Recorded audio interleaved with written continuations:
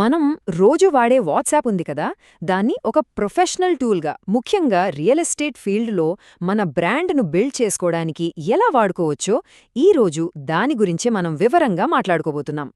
భారతదేశంలో వాట్సాప్ అత్యంత శక్తివంతమైన సేల్స్ సాధనాల్లో ఒకటి.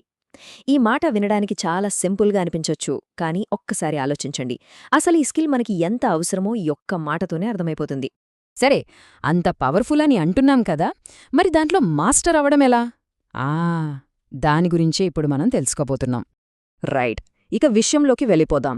మొట్టమొదటిది, మన వాట్సాప్ని ఒక డిజిటల్ షాప్ ఫ్రంట్లా, అంటే ఒక ఆన్లైన్ దుకాణంలా ఎలా మార్చుకోవాలో చూద్దాం. ఇది చాలా కీలకమైన మొదటి అడుగు. మన వాట్సాప్ ప్రొఫైల్ అనేది మన బ్రాండ్కు పునాది లాంటిది.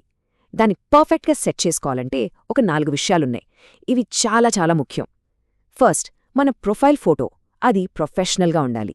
రెండోది, మనం ఎవరు, ఏం చేస్తామనే దాని గురించి క్లియర్గా ఓ డిస్క్రిప్షన్ రాయాలి.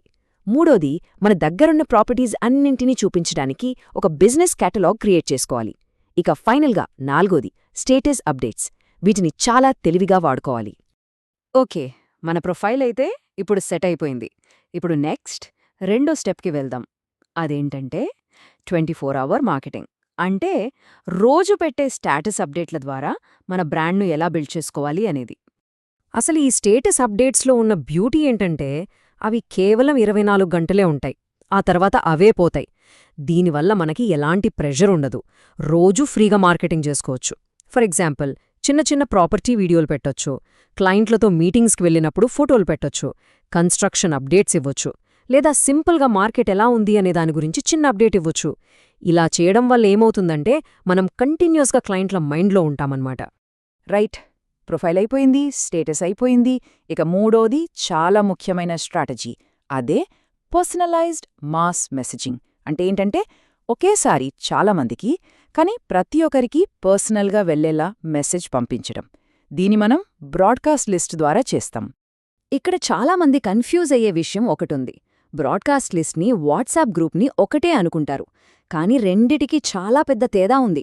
గ్రూప్ చాట్ అంటే అందరూ ఉంటారు, ఒకరి మెసేజ్లు ఒకరికి కనిపిస్తాయి, చాలా గందరగోళంగా ఉంటుంది.